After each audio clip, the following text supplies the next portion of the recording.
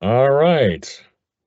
Hey, everybody. Glad to see you made it out to our second session of the day. Brian Wilson here as the host of the API Management and Gateways track. Let's keep the day moving. Our next presenters are Sean and Swetha. Please feel comfortable to make comments or submit questions in the chat. We will do our best to get them all answered. So we're live. We're here to have a conversation. So let's take it away, Swetha. Thank you, Brian.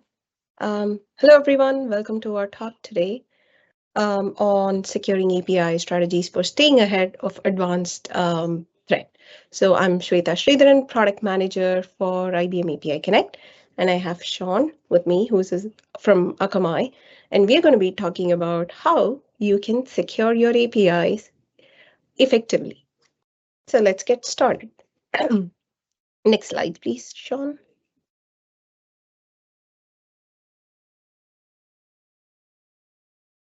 So it's very evident, right? Like APIs have become extremely critical in ways to the ways in which companies are actually transforming um, digitally.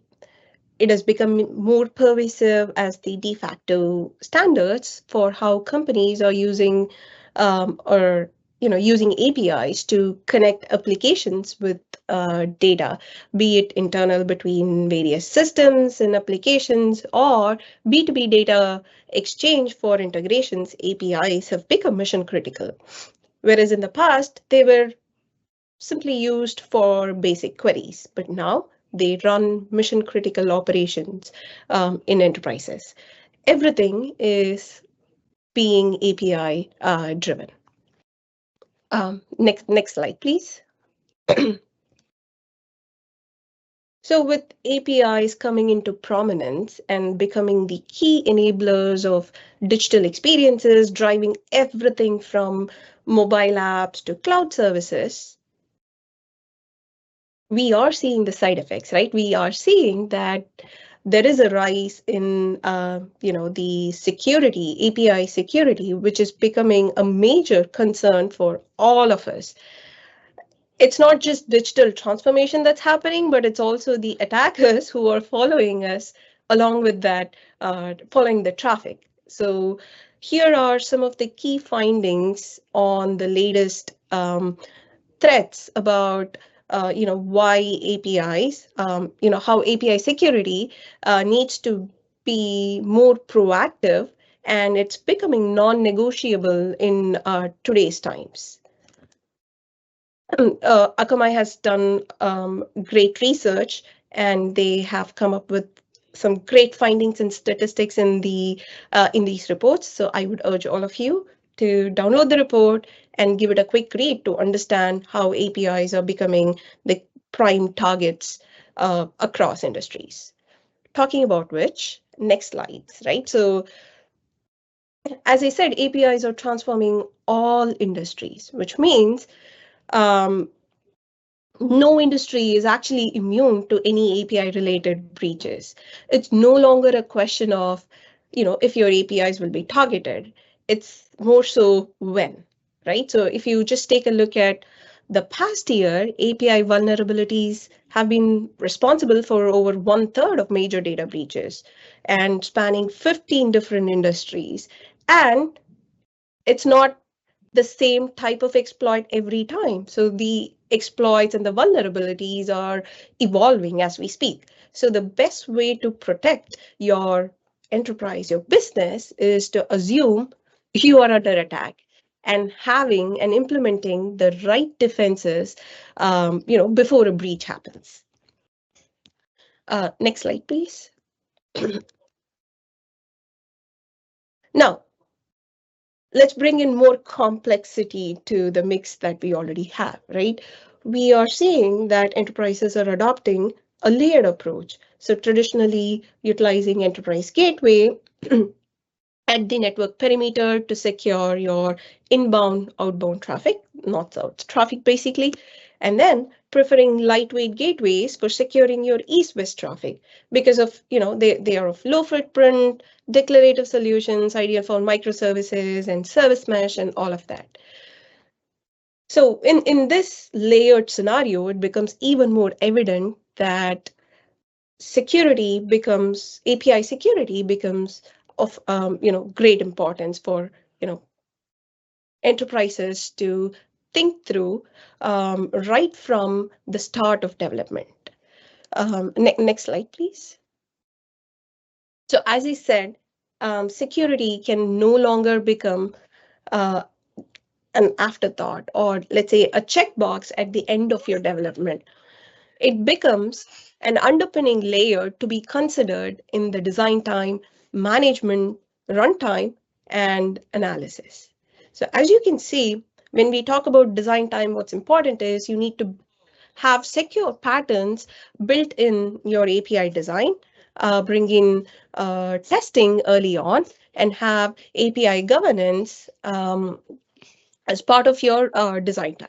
And API Connect does it very effectively. Now, when we talk about the management, it's about discovering these APIs that I did not even know exist in my organization and bring them under the folds of management to secure and enforce access controls. Again, we also have API Connect and doing a major part of lifecycle management very effectively. The next is the runtime aspect, right? How do I protect access to my resources? How do I, have rate limiting in place to make sure that my backends are not overloaded? So having those places in check during runtime is extremely important. Now, API Connect with Data Power offers a wide range of capabilities for you to make sure that your APIs are secured at runtime. Now, finally, the fourth piece of this puzzle is the analysis. And that's really important, right? How do I make sure that my enterprise can find vulnerabilities or malicious behavior before they actually happen, and make sure that I detect and protect before it actually happens? Um, so this is where I think Akamai plays really well. And in just a minute, we are going to talk about how API Connect and Akamai um, play really well together to offer this robust, comprehensive security across these four major life cycles. Next slide, please. So I'm going to spend just a minute here to talk about how API Connect offers, some of the capabilities that, I just explained about. And then we can dive deep into how Akamai complements what, we already have. So for the uninitiated, API Connect is a market-leading API management solution with capabilities to create, manage, secure, and socialize APIs across multiple clouds and hybrid use cases. So we are doing all of this by leveraging the most secured and performant gateway in the market today, which is IBM Data Power. So what you're seeing here on the slide is just an at a glance view of the capabilities or features that we offer. This is by no means the entire list. So rather like a quick preview to talk about, what we have today. So starting with authorization and authentication, API Connect provides access control to APIs, not just through API keys, but industry standards such as OAuth and OpenID Connect to control access to APIs. It also offers wide range of policies for API mediation, for security for complex use cases, such as like, if I want jot generate, validate, and transformation of your API responses, such as map, parse, and more. So you have control on how you're orchestrating your API. Um, So it also provides out-of-the-box API governance, which is becoming a very hot topic in today's times to make sure how my APIs are reliable by enforcing them to follow the security standards, industry best practices as set by my organization, right? So governance is a very hot topic. And API Connect provides out-of-the-box governance capabilities. So if you're interested in this topic and want to have a deeper dive, please join us for our session on API governance made easy. That's happening at 1:25 p.m. today. So there is a topic where we are diving deeper into API governance. So please join us there. And finally, some of the other things are rate limits, which we offer at different levels, different scope. So at a product level or an API level, or even at an individual API operation level to protect your backends from resource exhaustion. So all of this can be configured along with built-in robust lifecycle stages, to manage your APIs effectively. When you have multiple versions, how am I going to manage those multiple versions? So, and provide role-based access control for both the on people who are providing the APIs as well as for people who are consuming the APIs. So this is, like I said, by no means the entire list, but just presenting a view of how API Connect really offers great features and capabilities across the design time, management, and runtime. Now, next slide, please. So if you remember the circle that I just talked about a couple of minutes ago, where we see Akamai becoming a great partner for us is in the analysis stage. So what Akamai does for us is it extends the capabilities of API Connect and Data Power to provide organizations the advanced security throughout their lifecycle, throughout the API's lifecycle. So it has comprehensive discovery of APIs, posture management to identify misconfigurations and vulnerabilities, and my most favorite is the real-time detection and prevention of malicious behavior, along with bringing in testing, security testing of APIs early on in your development cycle to catch any security vulnerabilities much, much early on. So with that, I'm going to be passing over to Sean, who's going to dive deep into, all great things that Akamai does. Over to you, Great. Thanks, Rita. That was super helpful. I learned a lot from that, actually. I want to jump into, as you said, a little bit more detail on those 4 bullets. I'm an SE with Akamai, been here, I don't know, a year and a half, based in Minneapolis. Just a little bit about me. So I have a couple of architecture slides to follow that, and then I have a short demo so you can see kind of what this looks like in action. So the first pillar that Swetha mentioned was what we often call visibility and governance. It's the old cliche of you can't protect what you can't see. So what we're doing here is creating a continuously automatically updating inventory of all your APIs. So not just, hey, I have this URL, but all the way down to the full request and full response. By looking at that, we can do data classification. So in other words, finding credit card numbers and email addresses and all of the sensitive data and things like that. And we can also let you know what changed. A field was added or an auth type was added or something like that. So this is just basic governance of what is on my plate, what is out there, what APIs are out there. And this is generally how people consume and onboard and operationalize as well. They start with just basic visibility, then they move on to posture management. So this is identification of misconfigurations. This is compliance issues, as it says, gaps in best practices. The analogy I like to use is you may live in a high crime neighborhood and we're letting you know that, hey, the front door is wide open. Doesn't mean anybody's taking something, but given enough time, someone will probably become interested. The one that gets all of the press and all of the headlines is detecting abuse at runtime. And I use the word abuse very intentionally. So here we're not talking about signatures like you'd have with an antivirus file or a signature like a SQL injection, a cross-site scripting. That's the domain of the WAF. What we're doing is we're learning what normal looks like for the API utilization. We're doing that through ML.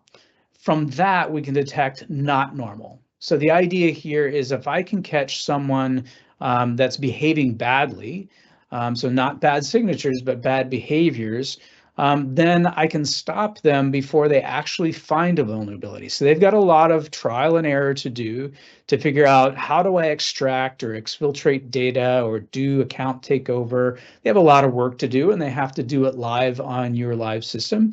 If we can see that, then we can stop that before it becomes a problem. And the final pillar here, as Swetha mentions, is automated testing. So rather than waiting for an attacker to tell us that we have an authorization problem with one of our APIs, let's do this every time the API changes. So this is automated testing to simulate what maybe a pen tester would do or someone doing recon, to identify those issues before they make it into production, so that we can be a lot more proactive. So these are the 4 big things that we're doing. Let's talk about how we're doing them a little bit, and then we'll get into how this would look for Akamai API Connect and Data Power, and then we'll get into a demo. So here's the platform with the basic things of discovery and testing, detection. From that, we provided those 4 pillars: the inventory, vulnerabilities, detecting abuse, and active testing. But how do we get the data? So rather than putting another thing in line, we're going to leverage what you already have in line. So maybe you have API Connect and Data Power. Maybe that represents 90% of your infrastructure, but what about the other 10%? So we could leverage other gateways, we could leverage other cloud platforms, ingress controllers, packets, load balancers. Maybe you've got F5s in a data center someplace. Basically, if there is somewhere that API traffic is flowing, we'll create a policy and you deploy the policy, and that will bring packets into our system for analysis. We can leverage Swagger files. We can leverage a testing system. There's lots of ways to get data into the system. I'll talk about Akamai has a native way to get data into the system, and then what do we do with that? We need to integrate with outbound systems. We have a management API if you want to skip our UI, but you want us to be able to send maybe a Jira ticket if there is something we noticed. Maybe you want us to integrate with ServiceNow for CMDB so that you can have that catalog of APIs. Essentially, if there's an API, we can interact with it and interact with that outbound system or that external system. And finally, the deployment options are many. I've mentioned some of them. Most people are SaaS hosted, but if you need a completely air-gapped system, this is something that could be stood up independent of any cloud and be completely within your 4 walls, so to speak. So that's the big picture architecture. How would this work with Data Power? Essentially, you've got a representation of the Data Power gateway serving up APIs. There is a policy that we provide you that you put onto Data Power, which then sends a copy, represented by this arrow, sends a copy of every request and every response. Because again, we need to provide you that inventory. We need to discover sensitive data. We need to learn what normal looks like so we can detect not normal. So we get a complete call. From that, this is not a data lake. We're not saving any of that. We are keeping metadata, things that we learned about those requests and response. As I said, the full payload, full request, full response, all the headers, query parameters, body, you name it, we'll see it all. If there's something that we need to block, maybe in the application, your SOC team, in our application, your SOC team is taking a look and they say, oh yeah, this is a bad guy, I'm going to push the block button. That block button can put a call into Data Power to say block this IP address, block this header, block this JOT. But don't limit yourself to thinking about blocking that way. You could also have an API integration as something that deactivates that token. or pauses that that user account that's been compromised. It's very flexible. So this is how we would get data out of IBM. How would we get data out of Akamai? So for Akamai, existing Akamai customers, there's essentially inside the management console, I'll show this to you, there's a quick little button that you can click, basically copy my traffic over to the API security platform. Super fast and quick. There's really nothing for you to do except follow the little wizard, and we can also block this way as well. And then zooming out, there's lots of integrations in the broader ecosystem for collecting data, for integrations with things like ServiceNow and Jira and Slack and Teams, development platforms. So if you wanted us to do an automated testing every time there was a change in the build, we can do that. And we can collect data from just about anything that's out there. So this can be that quote, single pane of glass for all of your APIs. And then we have have kind of an outside in look where we could say, hey, we think there might be APIs over in this environment. You should come take a look. With that, I'm going to grab a drink and then I'll run you through a demo, and then we'll wrap up. Okay, so I mentioned Akamai's native connector. I'll start us there with how do we get traffic. So I am in Akamai's control center. For any of you that aren't familiar with it, this is where you configure all of Akamai's cloud services. And there's a special button for API security, which brings you to this screen. And it tells me, hey, you've got 3 easy steps to activate and get traffic. So I click create a configuration. It gives it a name, and it shows me, in this case, 50 hosts that are available for me to look at their traffic. These are the hosts that are crossing the Akamai platform. I click save, and then within about 20 minutes, Akamai's global CDN is programmed to say, hey, whenever you see traffic from X, Y, Z, then send a copy out of band over to the analysis platform. There's like 2 more clicks. There's a save and an are you sure, a 20-minute wait, and then traffic starts to populate. So I'll go through this demo system with you for about 20 minutes. And we'll cover a couple of those pillars, and I want to cover it in the order that most people onboard with and operationalize. So that would mean just basic inventory. What do I see once I configure data power or native connector or anything? Then we'll go to posture, then we'll go to runtime. So right off the bat, I'm brought into a screen that shows me a high-level overview. How many APIs do I have? How many hosts do I have? In my previous example over here, I had 50 hosts. This environment has 3 hosts. You can see we're doing data classification, showing that which requests and responses have email address, or a VIN, or a social security number, or a credit card number, and on and on. I have a view into what type of APIs are there. We also automatically detect authentication.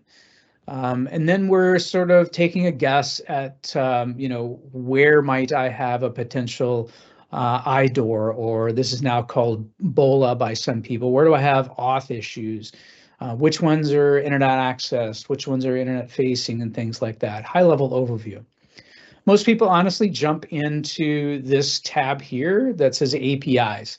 If you've used Excel or Google Sheets, this will be very easy and familiar to you. Each row is a different host plus method plus path.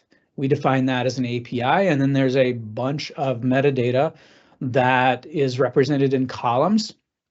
You can do things like, group by host very easily. You can click the little hamburger button here and say, hey, I want to see where, auth contains this or that, or maybe I want to see where auth is not enforced or not detected.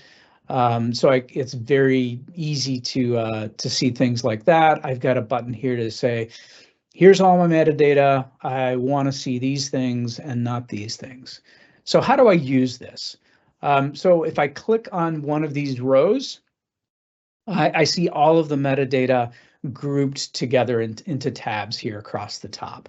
I have basic API information about the route, incidents. Okay, so this is a potential attacker. This one has no incidents. Findings are those posture issues that we talked about earlier. I know whether it's internet facing. I know what, in this case, I believe this is being hosted by AWS, so I know what resources are there and AWS tags and so forth. I know how it's being authenticated or not. I know what types of sensitive data is in the request or the response. I can configure the system to automatically put tags in for who owns it. And then there's a risk score at the bottom. This is our own system that takes into account what's going on from the traffic in terms of probability, and then saying, okay, based on the sensitive data that I've found, if you had something, the impact would look like this, and therefore the risk score is that. This is something you can totally control. You can change the weighting and the behind the scenes and all of this. There are findings and incidents that I mentioned related to this API. Typically, most people start from the security tab and they look at all findings, but if you wanted to see which findings were related to this particular API, we have them grouped here for you. In certain environments, we can draw a dependency graph for you of how things are moving through, in this case, your AWS environment. So you may see, oh, there's like 5 different ways that people are able to access this app. I thought it was going through data power. It's actually, you could do that, but you could also go direct. Who knew? Information about consumers. Then at the top, metrics, just simply how many times are these getting called in the last week versus the week before. And then we'll generate specs for you. So a lot of red teams will get OAS or Swagger files from the developers, and that helps them do their testing. We are not leveraging your spec files necessarily. We're generating them for you. So some of my customers will come in here and they'll download that spec file for their red teams rather than being dependent on the developer or something like that. So another way I might use this is I might say, hey, show me where I have, authentication is not enforced, not detected, and it's internet facing, and I have some kind of data types, and anything but blank, right? So I want to know, hey, these 5 are not authenticated and they contain sensitive data. Maybe I want to create a policy like that so that whenever this happens, I get a notification. Maybe I want a policy that says, hey, when there's a change, when there's a new API, I can create my own policies for getting notified when something like this is interesting to me. I could also leverage RBAC and say, look, this is the only thing I want this one team to see. I want to limit their ability to see into this environment. Okay, so that's a little bit about the inventory and how you could use it. We also track changes. So in other words, I've grouped by the type of change. I could see a field requirement change. There was new auth, and when I click on these, then it will bring up a JSON type schema and tells me that this type of authorization was removed, or there was a new field that is now required. We keep track of that. Data types. So as I mentioned, we automatically look for sensitive data and classify that. This is largely by regex.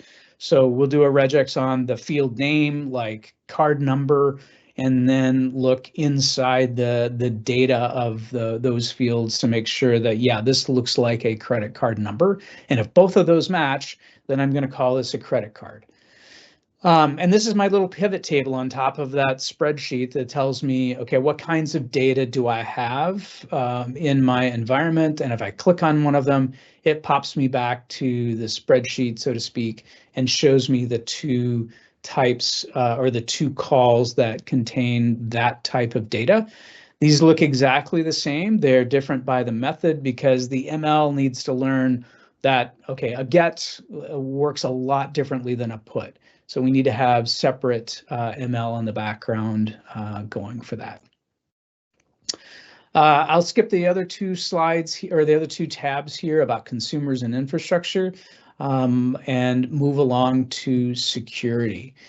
So we said our first pillar, if you will, is that inventory. Just what do I have? What's the sensitive data? Keep this updated for me. The second one is really about posture. So in my findings tab, this is what we do for, this is where we keep our posture findings.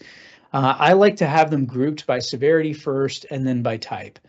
And so if I click on one of these, I open it up and I can see the different types of posture findings that we have. So for example, this one I see in just about every one of my customers' environments. We've got sensitive data in the response, but no indication of authentication at all. So if you're the SOC analyst and you're looking at this, you're saying, okay, I'm new to application security. I'm very new to API security. So we built a nice workflow, a nice format here that that really tries to bring the level of effort way down. We'll tell you what happened, why that's a problem, and what you should do about it. So in this case, I've already explained it, but it's saying an API is returning sensitive data types with no auth, which means that any user could access the data. So what are we talking about? We're talking about email was there. We go on to explain why that's a problem and what you could do. There's information about, compliance frameworks that this is a problem for.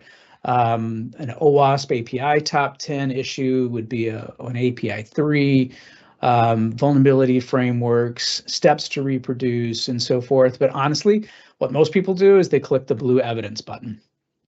So this gives them samples of what's going on and allows them to verify the claim that is up here at the top. So first of all, we're going to look for sensitive data in the response. And we're going to look to see if we can find any authentication in the request. So the response is given over here, and we have 200 examples of that. They get highlighted, and I see this word obfuscated. So out of the box, certain fields are automatically obfuscated. For example, like credit card, social security number. I don't want that in my database. You don't want us to have that in our database, so that automatically gets obfuscated. Some customers will also obfuscate things like email address. So their SOC engineers don't have access to that. So in this case, we have an email address that's been obfuscated. We have 200 of them. So we can look through and we see the to and the obfuscation and the from and the obfuscation. So we're seeing probably these are email addresses. If it was me, I would go into settings. I would look at how we are configured to recognize email addresses. I might even turn the obfuscation off because it's a little bit too cumbersome to try and troubleshoot this. So we said we were going to look for that sensitive data. We also need to verify the claim that there's no authentication. So that's in the request. So I have the full request here, and looking at this, I really don't see anything that looks anything like authentication. We recognize lots of different kinds of authentication. You can certainly configure your own if you're doing something custom, but clearly there's not any here. And as we go through this, we see more examples of the same. So what would I do operationally if I'm the SOC engineer? I might look through a little more information about the API, but probably what I'm going to do is click on my actions item here, and I could email someone. That's nice. We also integrate with Jira and ServiceNow, or anything that has an API, and that would show up as each one of those integrations would be a new line here under actions. I click the button, let's say for Jira. and maybe have some comments in there and say, hey, look, we've got this problem. This is not something that's going to get fixed by a rate limit or infrastructure or anything like that. We need the developers to make sure that this is being authenticated properly. And I would probably move this over to an in progress. Alternatively, if I said, you know what, this is really not sensitive data, we have branches out there, and this is the public contact for that branch. We want it this way. And so we would mark it rejected and say, hey, this is not a problem, and now I'm not going to get pinged with that in the future. It will automatically resolve itself if we see that, hey, you know, tomorrow someone fixed this, and we're now seeing, you know, this problem has gone away. The system will automatically resolve that for you. So right out of the box, we have, I believe, 200 different posture findings, things that we're looking for. It doesn't matter what industry you're in, whether you're in ed or finance or whatever, these are some best practices that get missed, and we want to make sure that we take care of those. We want to lock our doors and windows. Okay, so this is posture findings. This is pillar number 2. Pillar number 3 is runtime. And there's 2 different ways to look at runtime, and I think both ways have their advantages. I'll start with incidents. So if I collapse all of these row groups and I sort by severity, now I can see that at the top, I've got, in fact, why don't I take away severity, and we'll just look at what kinds of things are going on. I've got cross-site scripting. Okay, that's kind of a WAF kind of thing, but we're detecting that as well. I've got internet-facing API access attempts with missing authentication. I've got another missing authentication, missing JOT algorithms, parameters outside the expected range. So what you're seeing here is a blend of a WAF type thing, like a SQL injection that didn't get caught. So one use case might be, hey, let's watch the watcher. You know, the WAF is supposed to be blocking these things. Let's look and make sure that it does. But we also want to know if the application itself has any issues, like a broken object level authorization. So my analogy for this is you gave your young child a hotel key card. That's his authentication.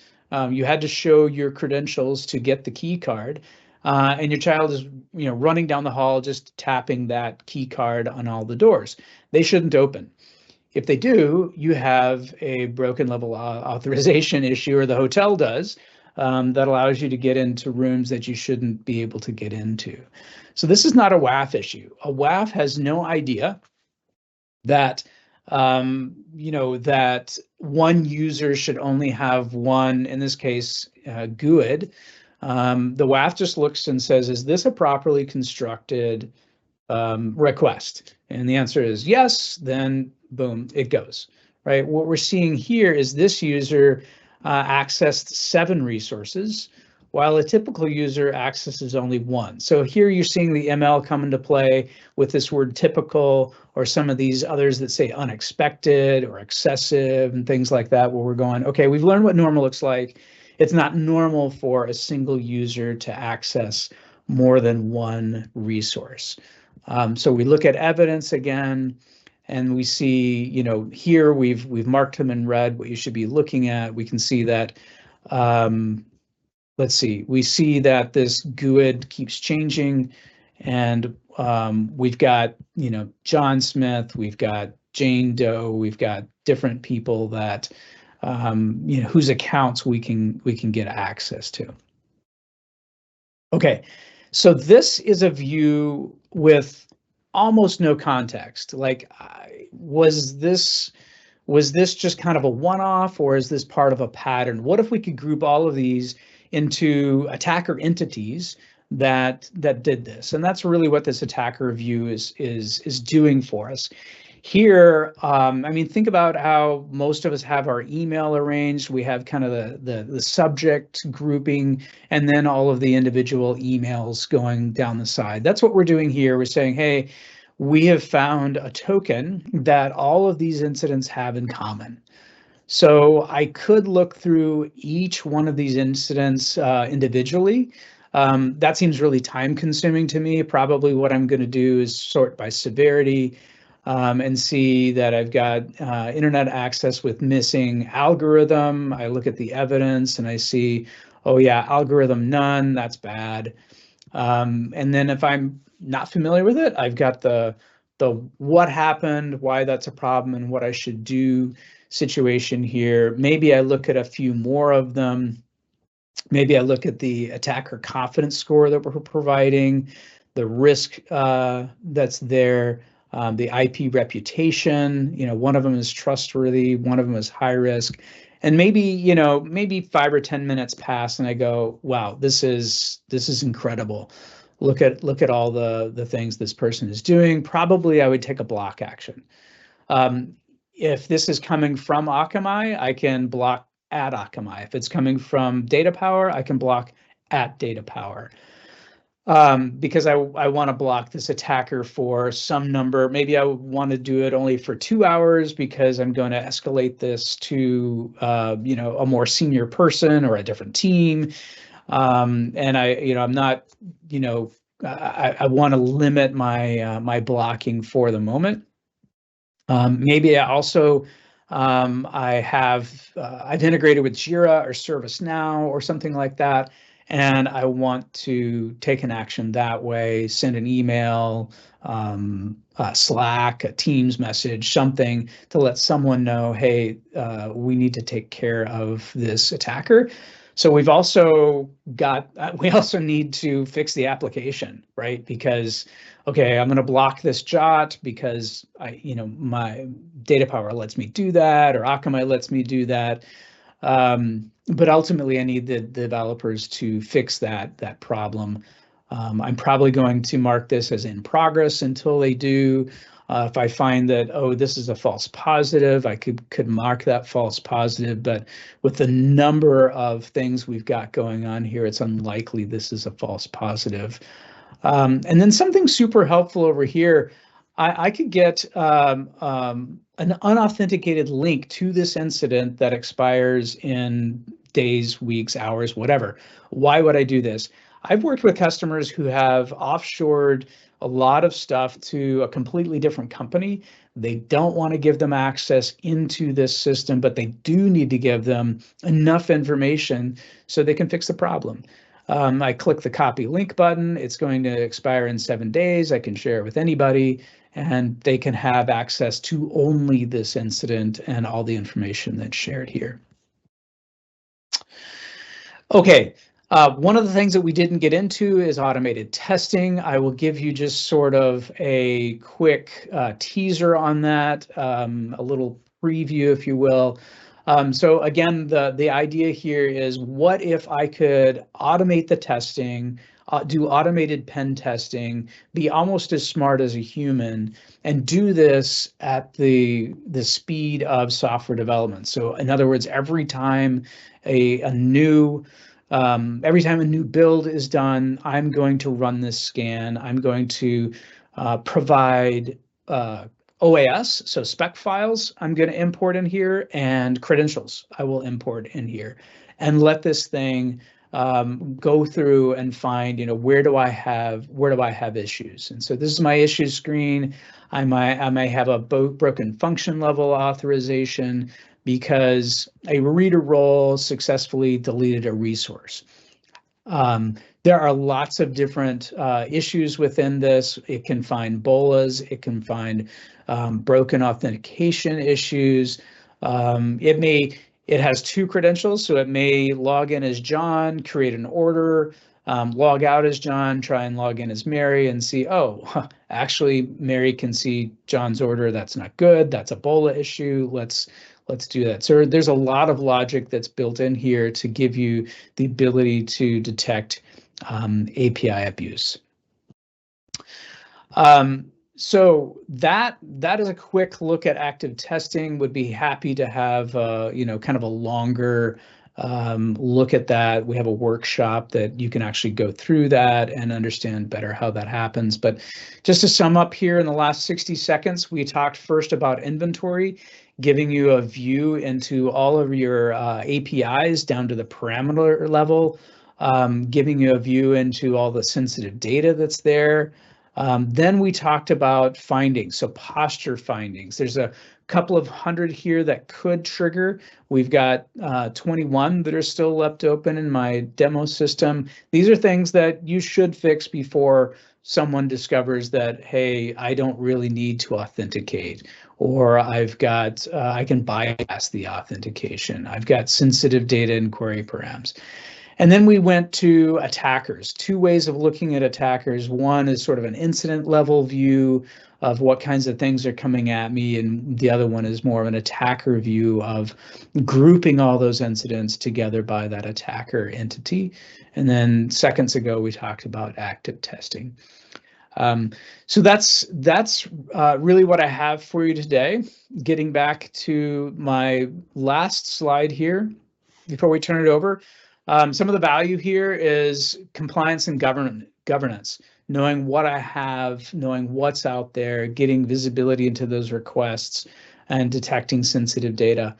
The best practices, who's watching the watcher? How do I know that someone did things correctly? We're all humans, we're moving fast, we're learning new things. Let's make sure that those best practices have some kind of automation checking to make sure. And then the attacks, when those attacks happen, it's usually exfiltration of sensitive data, account takeovers. We're going to leverage ML to learn what normal looks like so we can see the precursors to that when someone is looking for those vulnerabilities. And then getting proactive and on the shift left side of testing things for these problems before they go to production. So with that wraps it up for me. I thank you so much for your time, and I'll turn it back over. All right. Thank you, Sean and Sweta. There's a couple unanswered questions for us to try to tackle here since we've got time at the end of the session. The first one is, does API Connect testing integrate with Akamai testing? Yeah, I'll take that one. So yes and no. So they don't really talk to each other, and they do a different type of testing. Maybe Sweta, you want to take a stab at that? Yeah. So it's more complementary today, right? So the API testing that API Connect does is more on doing that integration testing, end-to-end testing to see, your API's validity stays intact. While I would say Akamai's testing is more geared towards testing the security aspect of your API. Security aspects as Sean explained. Sorry about that.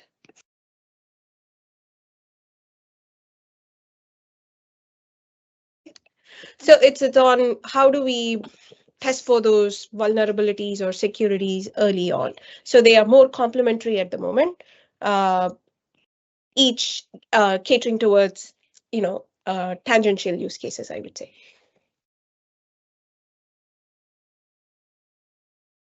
I think you're on mute, Brian. Okay, thank you. So a couple questions probably for you, Sean, here from Ying. When blocking the attacker, is it based on IP address or the attacker? What if the attacker is using a floating IP?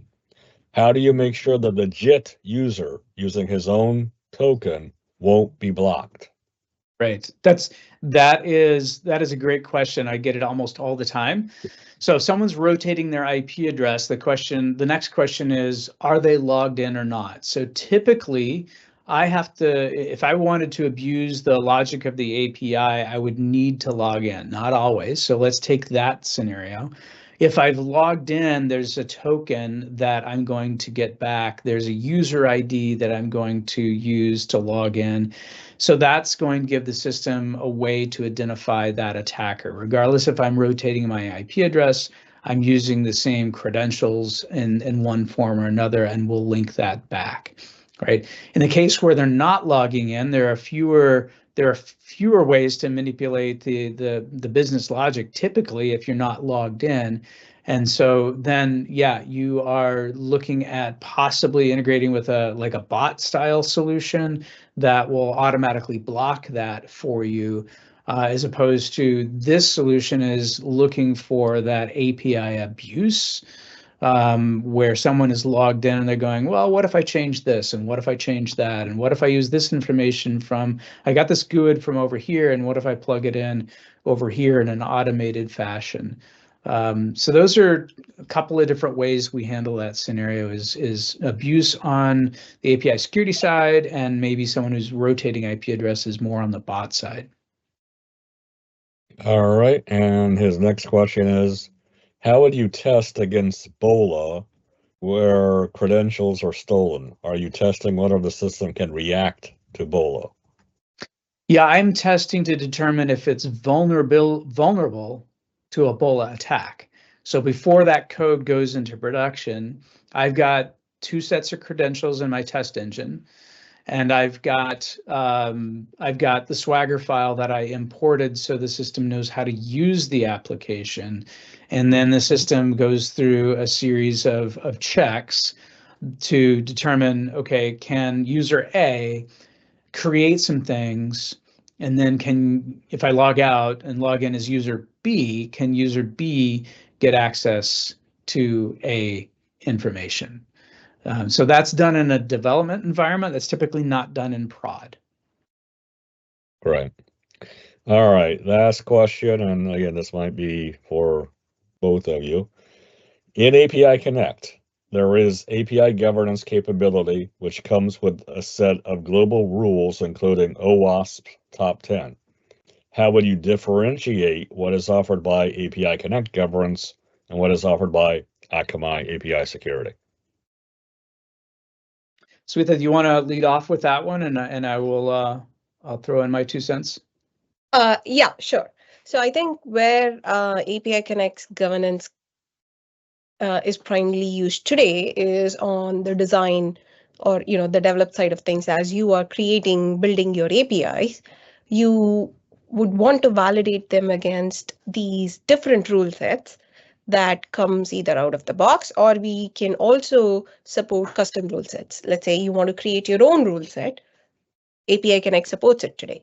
So you run against, or you validate your API against these rule sets, OWASP or anything for that matter, to see if the API that you're building follows and adheres those rules defined in the rule set, right? So today it's more about how can I make sure that as I'm developing my APIs, these APIs are following my organizational policies, and I'm enforcing them at the development time. So these rule sets can also be integrated as part of your CI/CD pipeline. So when a developer checks in code, you can run the rule sets, stop them at publish, and say, why don't you go fix these issues or errors, in your API, and then publish it into a catalog or on the gateway. So that's how our API Connect governance is primarily working today. And then on our side, we would be looking at what does it look like from the outside. So if we are looking at live traffic, what are we seeing that would maybe violate a best practice? And keep in mind too, from a governance perspective, we'll have in the inventory potentially all your gateways. Maybe you standardized on IBM, but there are pockets here and there that are using the legacy, or maybe using a different cloud platform, or maybe you just acquired a company and they have a totally different standard. Maybe they have Apogee, maybe they have AWS, maybe they have Kong. So we would then be able to leverage all of those as data sources to look at what is running on the wire to and from the actual consumers of this API to determine, do we have Do we have governance or compliance issues in the runtime traffic? All right, fabulous. That's the questions. So, lots of great points from our speakers today. Thank you, everyone, for being here. Please, you have more questions or more complex question, meet us in the office hours today at 2:30 Eastern Time, and we'll cover what's ever on your mind. The speakers from today will be there, and we can, again, kind of talk about whatever it is that you want to discuss in the API world. So with that, please take a moment, answer the poll question, should be in your bottom left corner. We need that feedback from you so we can keep improving TechCon, every year and make it exactly what you want and need. So please take the time, do that before you jump out. Also, remember, you can stay a part of this conversation by joining the Tech Exchange community. There's a community you can sign up for pretty much every product, every technology area. And again, opportunity to have conversation, to see the latest and greatest blogs and things from our developers and product management. So please check that out. And you don't want to miss our conversation with Adam Shire today. Click on the insights from Adam's session as you refresh your coffee or grab some lunch or a snack. And we'll hear about Adam's experience inventing and co-founding the original AI assistant, Siri. So we'll see you all in a bit. Thank you for attending.